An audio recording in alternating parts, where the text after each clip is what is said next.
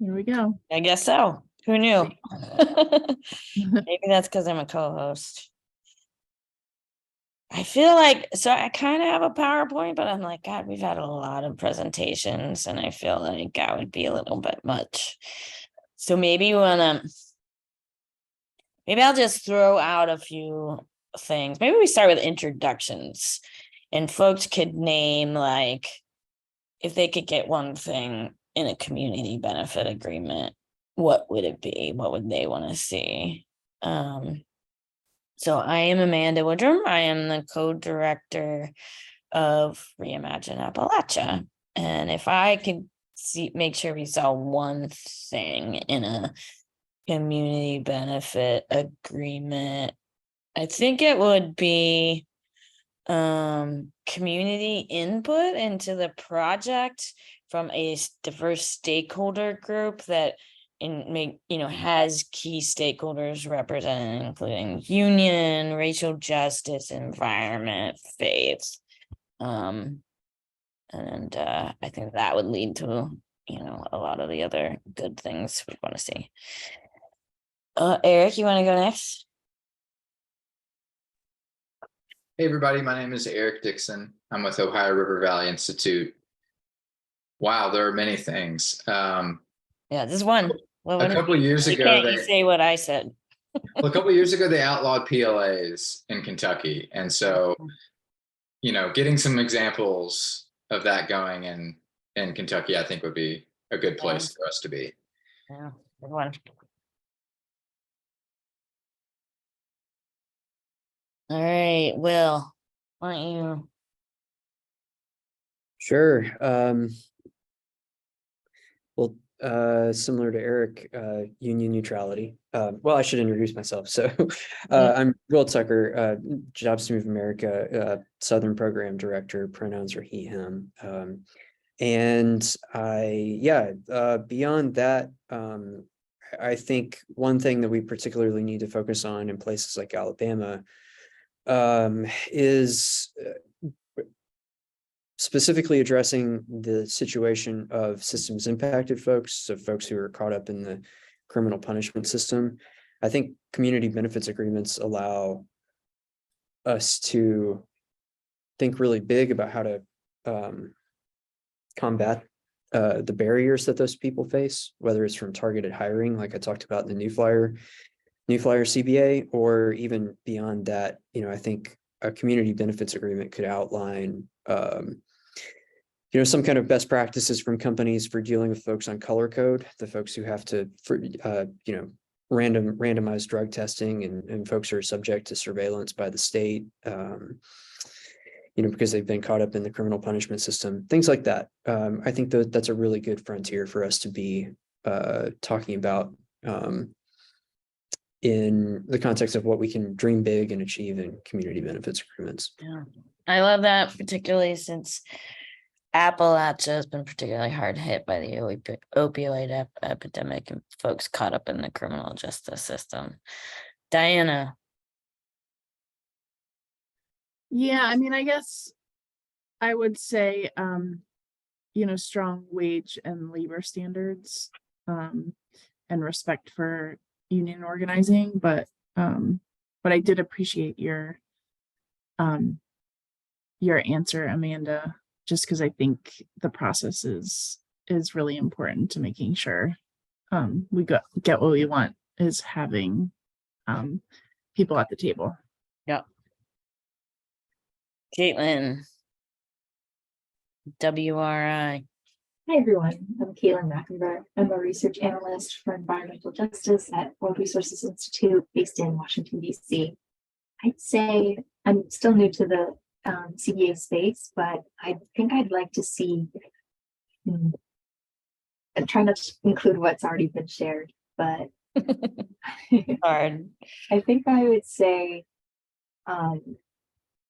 perhaps in the work that I do is in context with like energy justice and energy equity. So I want to say representation from different utility organizations and stakeholder groups and that sort of thing. So I think that's kind of the work that we're trying to build up in terms of creating different community benefit plans with resilience and mutual aid agreements in mind. So I think having, either champions in utility spaces or, just kind of being able to facilitate, between those would be helpful to, have, of course.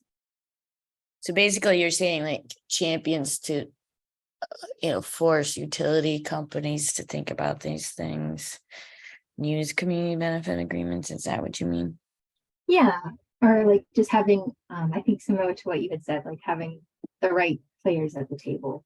Yeah. And having a diverse representation of folks that are in the process, not just kind of polarized to one side or led by one specific group.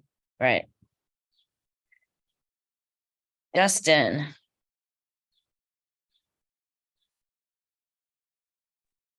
Hello, sorry, I had somebody stop in my office. Okay. Well, it's dark in here. So Justin, I'm with the West Virginia State Building Trades, and I will change that on my name. But so obviously with construction, and we want good, just all the labor standards we can get for those on the construction industry, for wages, people that have apprenticeship training.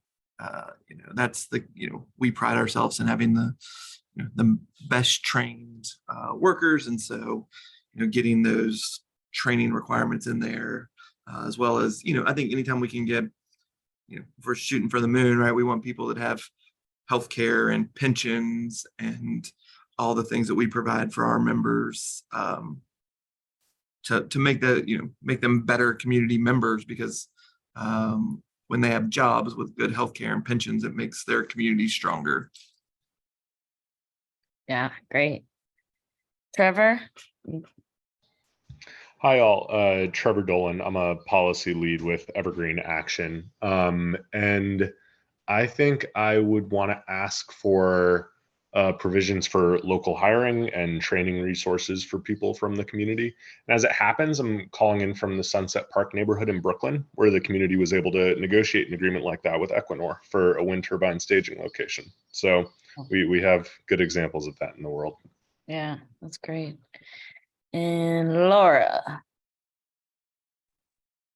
Hey everybody, my name is Laura Tompkins. I'm a technician at the United Steelworkers headquarters in Pittsburgh, and I was in the restroom, so I missed the prompt. What am I supposed to say? That's why we started a few minutes late. Not because of you, because me. But yes, we started like just introducing yourself, and if you could get one thing in a community benefit agreement, what would it be? One thing would be just labor neutrality. Yeah. Yeah. Shannon, you want to add a thought? Hi, I'm driving in the car with my mom, so we're really enjoying this. I'm the summer intern. I'm really new to this sphere, so I don't know what I would add, but I'm really enjoying learning and listening during conference. Yeah. Cool. Tell your mom we said hi. Let's see if Hi. hi. All right. So I do have a PowerPoint. I really don't want to spend a whole lot of time on it, but I'll say like a lot of what you said are sort of one way or the other is sort of the basic staples of the gold standard of a CBA, which is what this breakout is all about. And if I can find it, why it's not showing up on my, all right, I might have to do it this way. You don't want to see my emails though. Can you see that? Yes. Okay. And I'm just gonna, I think I'll make this as informal as possible. If I can figure out how to start the slideshow to move this.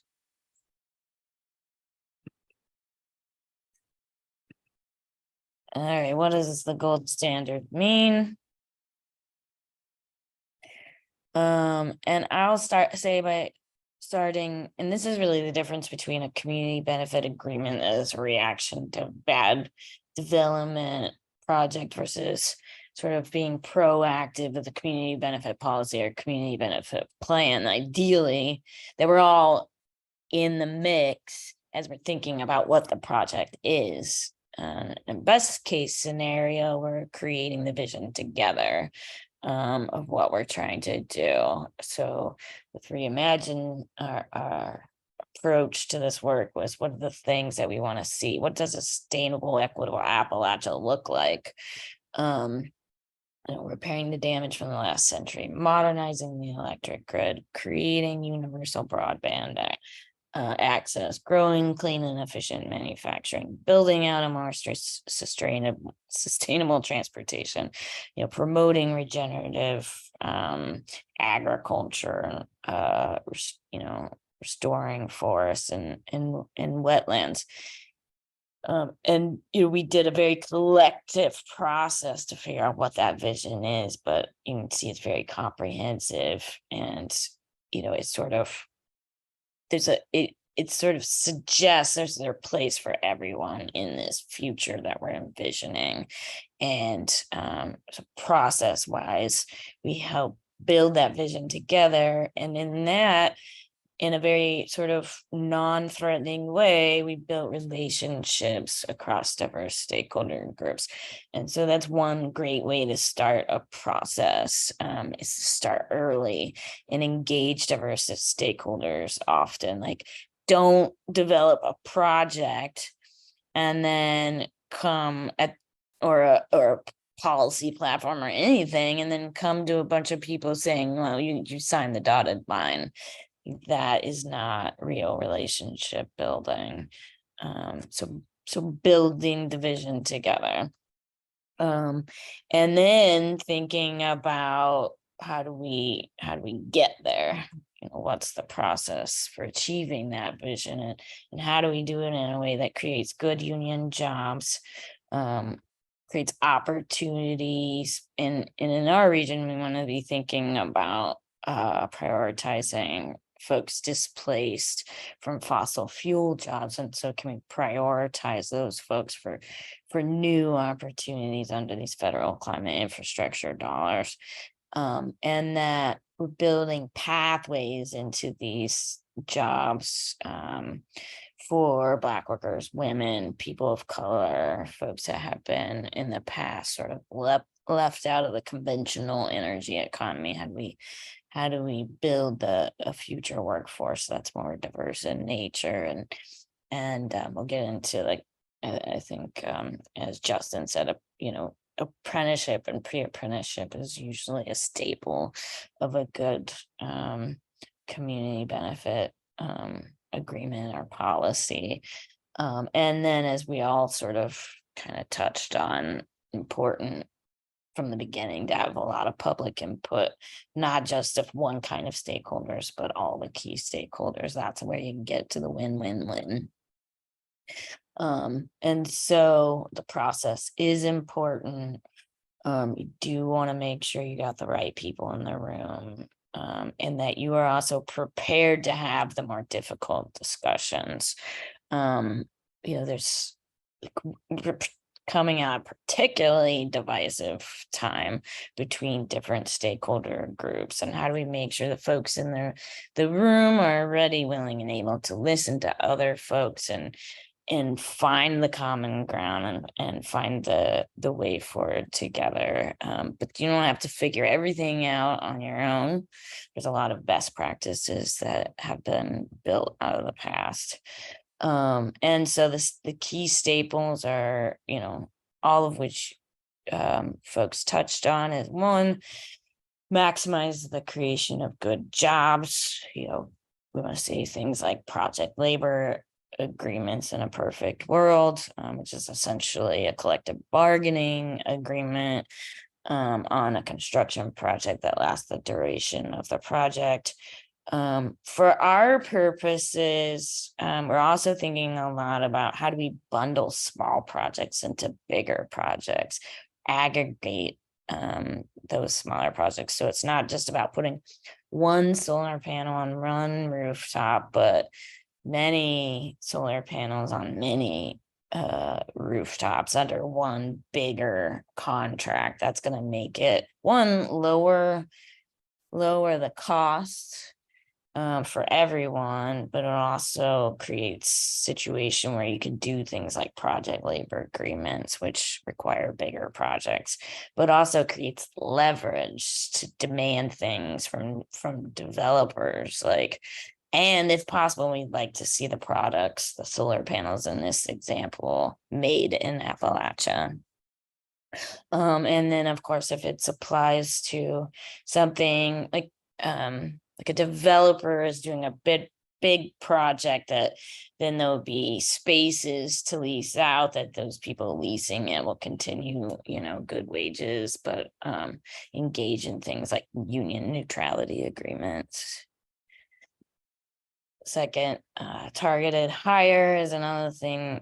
And these are sort of like historically what's come out of like what I would call best practices of past community benefit agreements.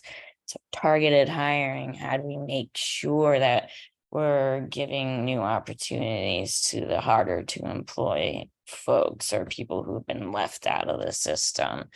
A good best practice there is first source hiring system, where you're working with community groups who identify potential applicants and submit their resumes, and the project owner of whatever sort is considering those folks first for the hiring.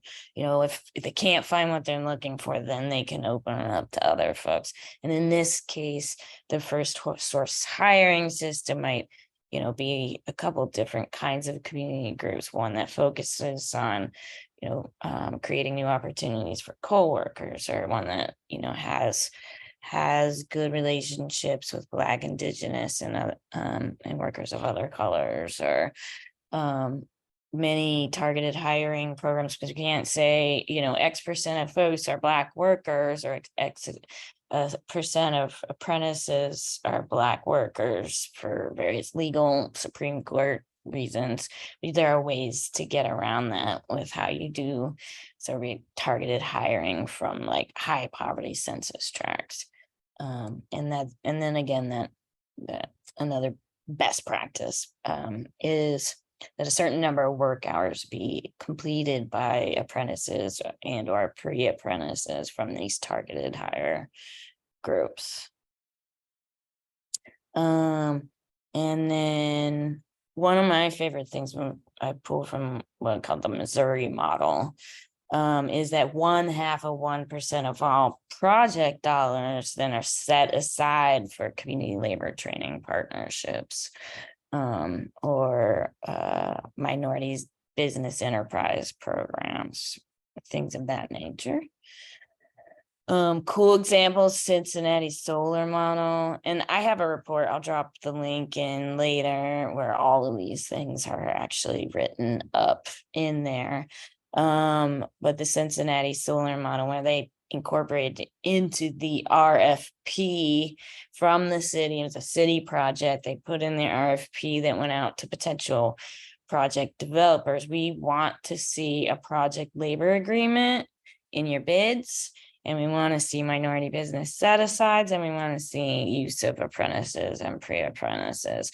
And if you have those things, then you're more likely to get the contract. And they did, in fact, award the contract according to a developer that and then followed up and did these things. Another cool example is the Cuyahoga County Community Benefit and Opportunity Program. We had the building trades, we had the Union Construction Association, and this is the Cleveland area.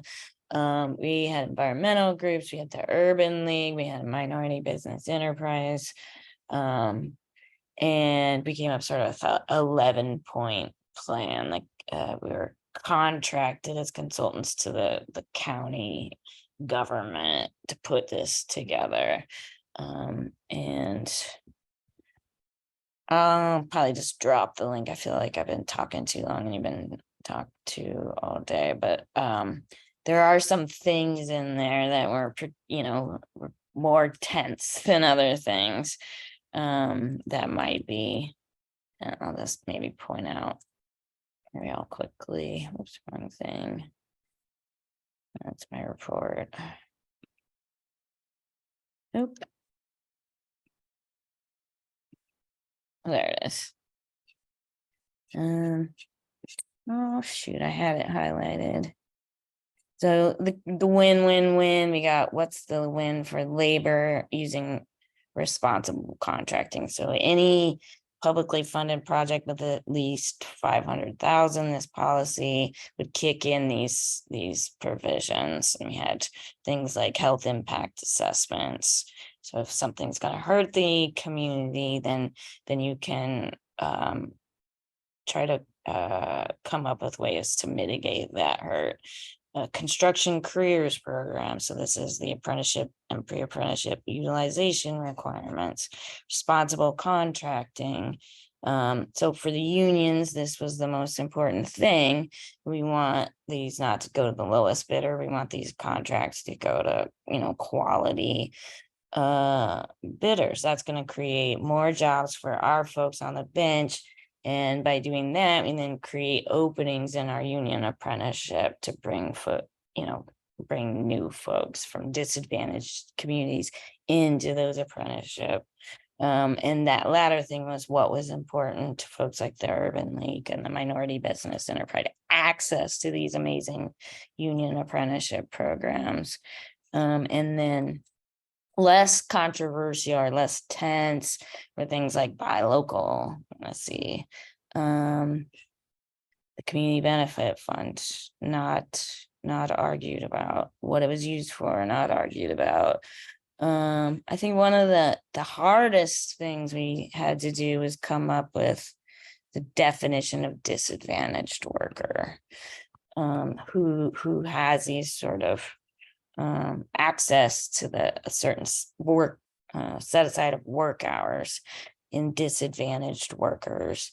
And what we came up with, identify census tracts by high poverty, the level of the percent of poverty in that census tract, and then anybody who in the last 12 months had been on public assistance of some kind. And then also, one other thing that was controversial, what's local hire? How big is that? If it's too small, then you can't build long-term careers. And so what we came up with was that the local hire was countywide. And then you'd have a bigger pool of folks to pull from, but also you don't have access just to one job in one neighborhood. You have access to any job in the county, and that's how you build a true career pathway. I'm going to stop sharing there because I promised not to talk too much, and then I did. But so those are the staples. And I don't know, Eric, I know you've done similar work with abandoned mine lands and had some of these same conversations of what do different folks want to see. If you want to share any thoughts. Sure. Thanks for actually walking through that document at the end. That was interesting. I hadn't seen some of that language.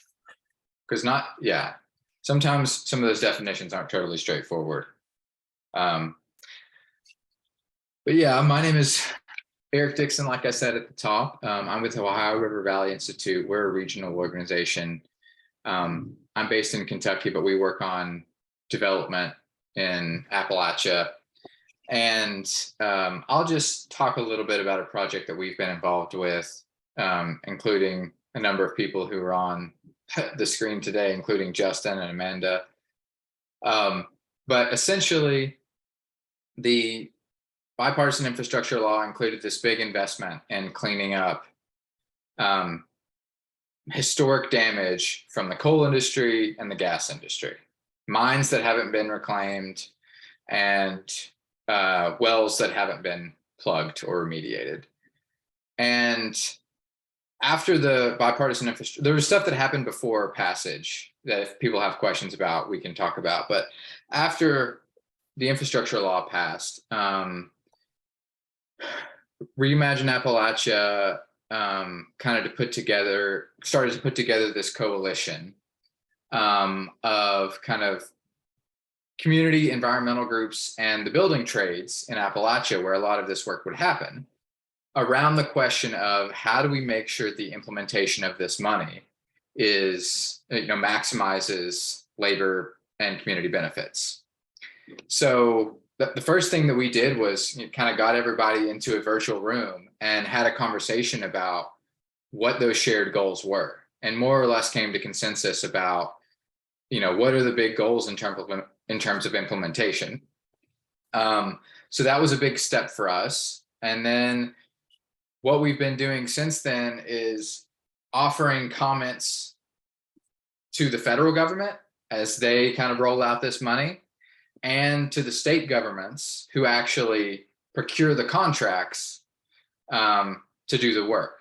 And we continue to have just a couple of things I'll share that may be useful. We continue to have a regional coalition where we're talking like every 2 to 4 weeks with representatives from the federal government. So Ruku Singla, who we heard from at the top of this summit, is on those calls. Representatives from the Department of the Interior who are spending the money are on those calls. And it's been really, really helpful.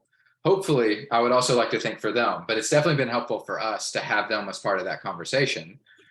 But that's not the whole picture, because like I said, the states have a lot of power, at least with this particular program, in spending the money.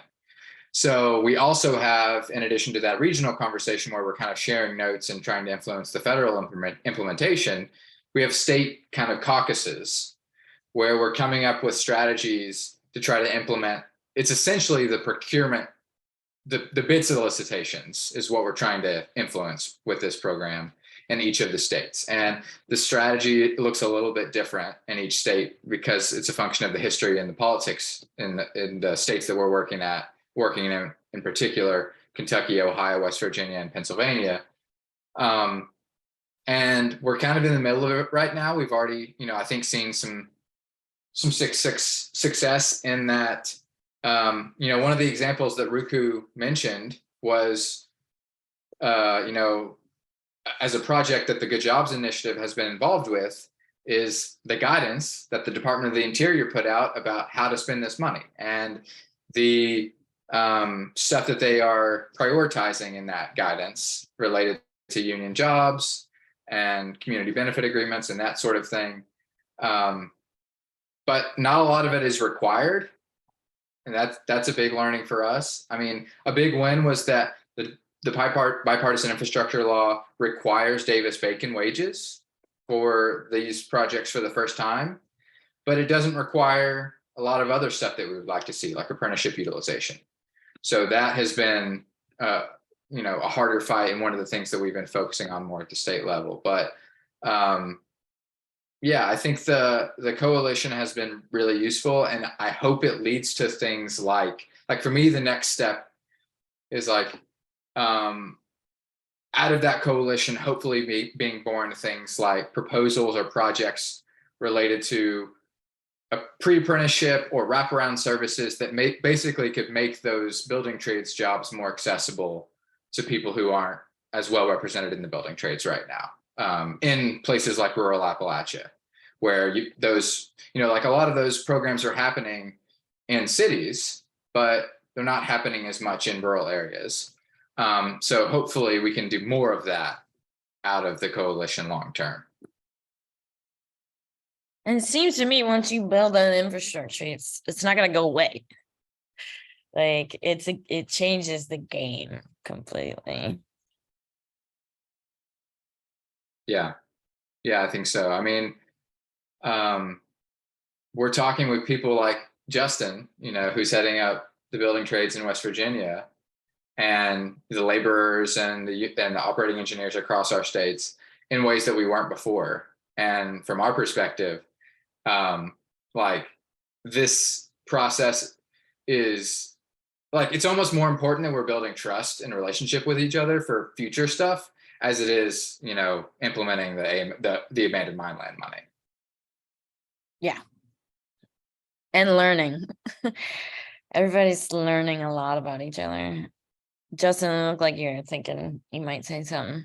Yeah, no, I think it's been, I think we're all learning because, you know, we've done, I think, you know, Eric was saying, you know, they outlawed PLAs in West Virginia as well. And so, right, these are different ways to get things in place, right, that are, we're all trying to learn through. And, you know, all of our organizations, you know, I think in labor are trying to be more representative of our populations. You know, West Virginia, that means just, you know, more women, but also to touch on Will's comment earlier, like we're actually working with, so in West Virginia, I don't know if this is how this works in other states, but in our jails and youth facilities, they have their own school system that has its own superintendent of schools and all kinds of stuff.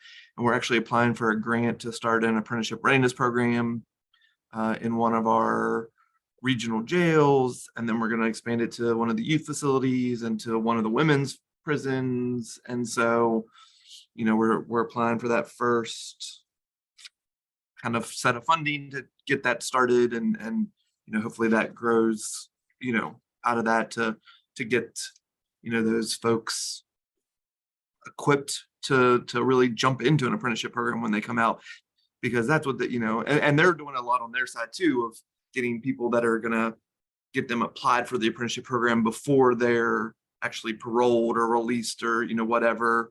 So that way it's not just, okay, your time's up, go figure it out yourself. They're gonna have them already applied and maybe even in an apprenticeship to like a start date. So I think, you know, having just these conversations with people and that's something we're working on. Maybe, you know, somebody else can copy that somewhere else. And, you know, these, I think all these like reports and different language things are going to be really beneficial. You know, I was on a call earlier. I was late to this because we were meeting with a developer about some stuff and working, you know, they're doing part of it.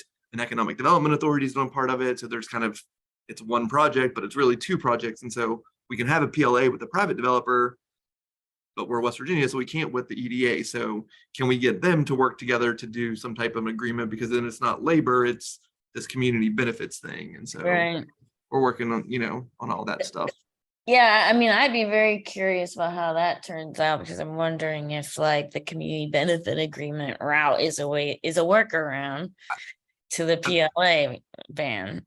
Yeah, it's going to be my goal. We'll see how Yeah. we get it. Well, it may not be this one, but we're going to keep trying for different things with these groups. So we'll see. Yeah, we have similar, like in Ohio, you can use project labor agreements. They're not banned, but you can't do local hire. And so is there, you know, we're trying to see if we can accomplish the same kind of workaround with the use of a community benefit. And it's probably only a matter of time where the low road contractors will start getting together and banning community benefit agreements. But hopefully this infrastructure we're building in place, that we'll be able to fight back against that going forward. And it certainly wouldn't be helpful in the case where you get a competitive advantage for federal competitive grants if you're doing these things. Diana, were you going to say something? Did you start to say something? No. She's working on a report. Why don't you talk about that? Yeah, so I forgot to say who I'm with. I'm with the Keystone Research Center and I'm based in Pittsburgh.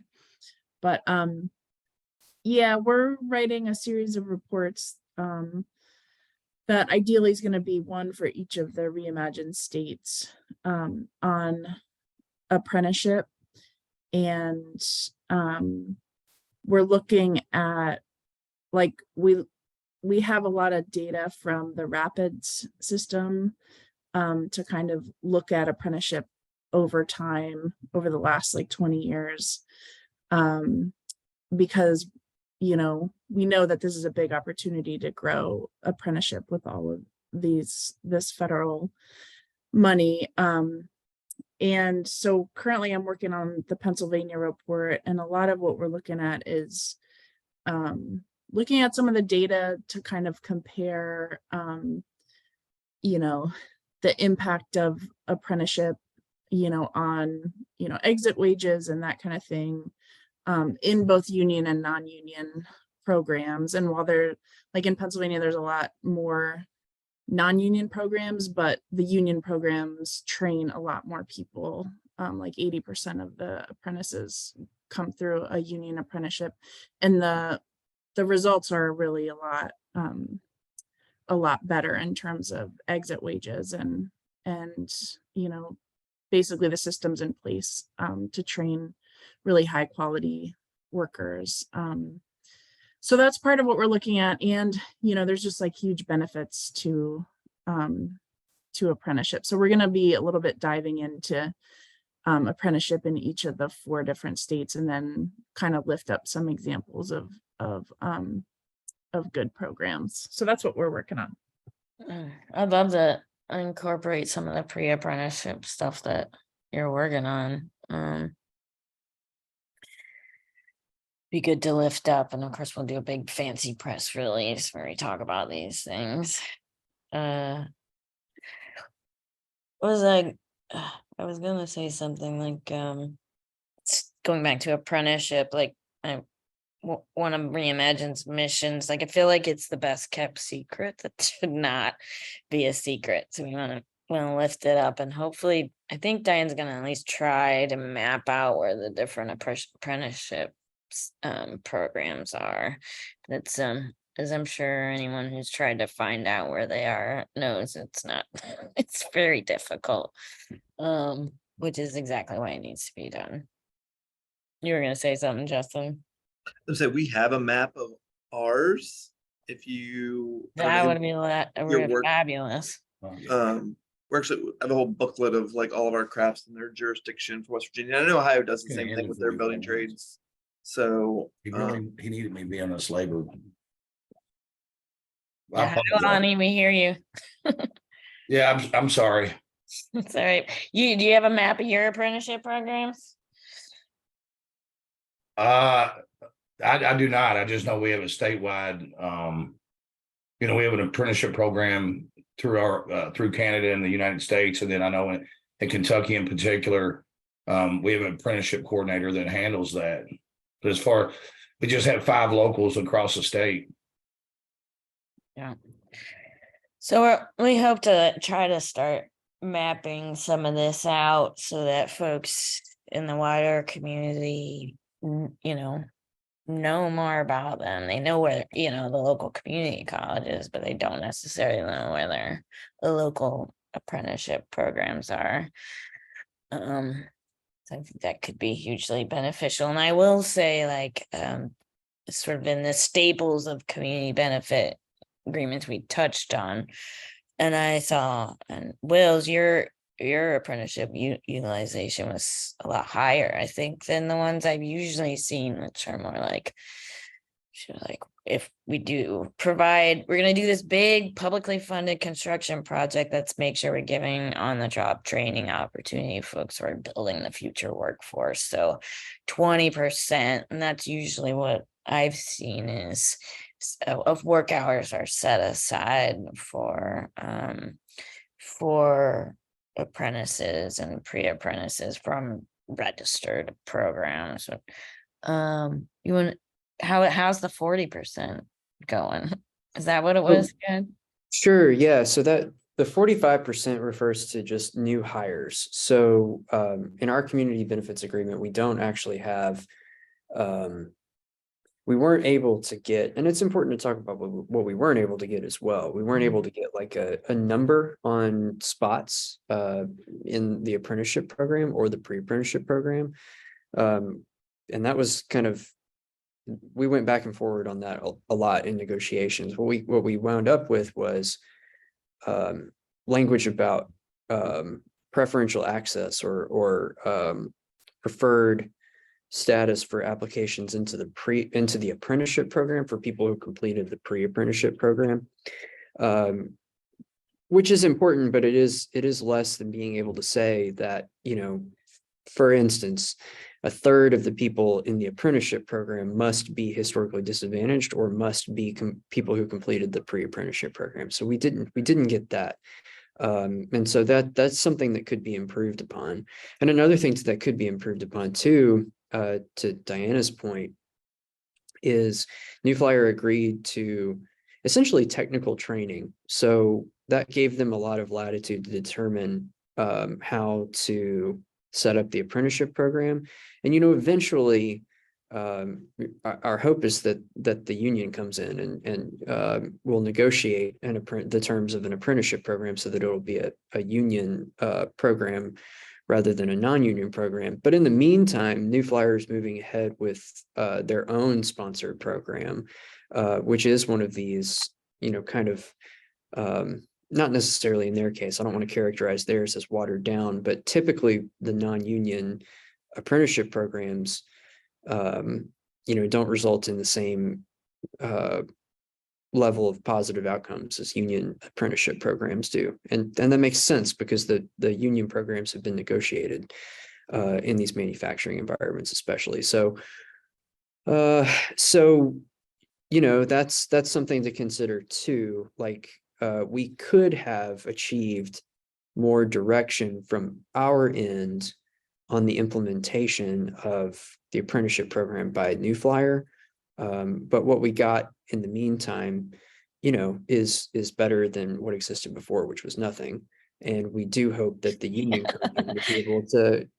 will be able to, if there's something in place, they start from a slightly better negotiating position. They can negotiate over the terms of something that New Flyer has already kind of put into place. So that's our kind of theory there. It's getting a little bit into the weeds, but Diana, there are some That's folks. what breakout sessions are for, in the weeds, I think. Yeah, well, Diana, there are some folks at JMA who would love to talk to you about what you're seeing in the breakdown between non-union and union apprenticeship programs. And the statistics that you're seeing and everything. It's something that we often don't talk about in public spaces because it just gets too in the weeds. It's like it's the differences between those programs, and then how has public policy incentivized companies to go ahead with their own programs and box out unions? During the Trump administration, the regulation changes over what could be considered a registered apprenticeship program has a huge impact on this.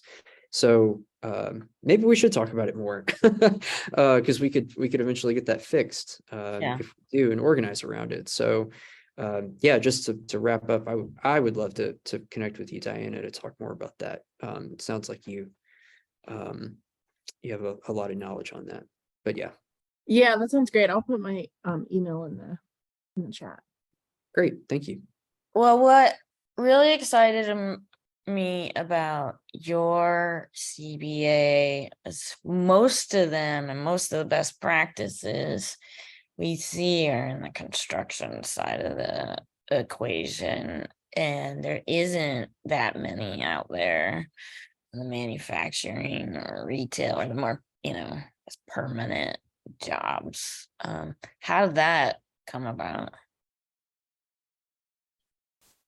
Sure. Well, it goes back to the idea that, if you follow the money from the federal government, and we mentioned earlier the bipartisan infrastructure bill, and that actually reminds me, Eric, I'd love to talk to you too about the DOI guidance that you mentioned. But I digress. The point is that if you follow the money from the federal government on through these state and local agencies, it winds up with the manufacturers of the product in the form of like I mentioned, the $800 million contract to provide transit buses to LA Metro. That contract went to New Flyer, and that just opens up a lot of opportunity to demand more of those companies, particularly the companies that a large portion of their customer base is made up of public municipalities or public, state public agencies or even the federal government. So federal contracting. It's just strategically, it's a important sector. And it's not just transit, at the moment, Jobs to Move America is really looking at how we can expand this model to manufacturers of all kinds of products that will be purchased in the transition to a green economy, purchased namely by public agencies, public utilities, power and water utilities. And the important thing to remember is so many of those products, whether it's a heat pump or a water meter or whatever, is manufactured often in the South and in Appalachia. So places that we have connections to. Sometimes, at JMA, we talk about how, in our model, we look at two types of regions in the country. One is the purchasing region. So big cities like LA and New York, Chicago, and then the producing regions of the country, and I think there's a lot of conversation to be had around that, the products that are produced here because of, low labor standards, low prevailing wages, especially in rural areas. I mean, I was looking recently at prevailing wage rates in rural Alabama, and it's, $10, $11 an hour. If those companies are producing products in these regions that are being purchased with public money, we just have an opportunity to demand higher standards. From both ends, from the community end and our coalition activity, and also from the federal government. When we have a favorable administration, they can demand better from the starting point of all of that money, while we, advocate from the end point of all that money.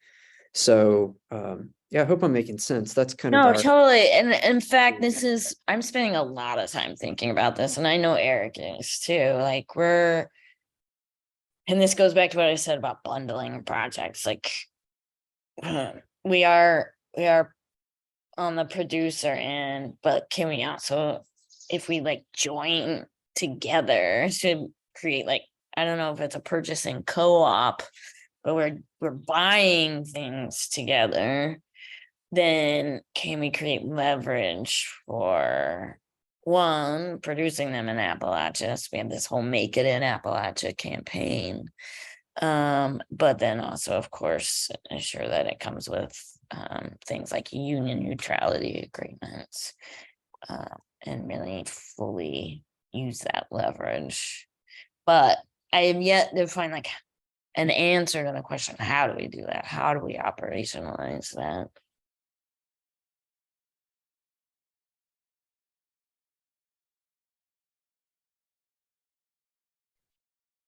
I'm sorry, can you repeat the last? It wasn't, it's just a ponder, how do we aggregate or make joint purchasing happen so that we can use that leverage?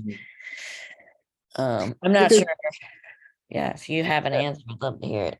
At least the rough stab would be more than I have now.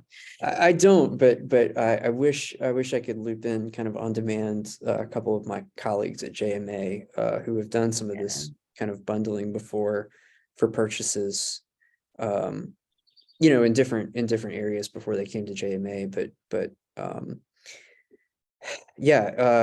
bundling purchases of or advocating for the bundle of purchases of food and agricultural products from school districts, that could all be bundled together and procured as a piece, which would in theory it could, and then we could have much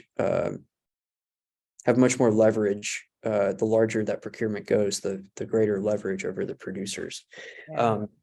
But I mean, I love the idea. I think it a little bit dovetails with our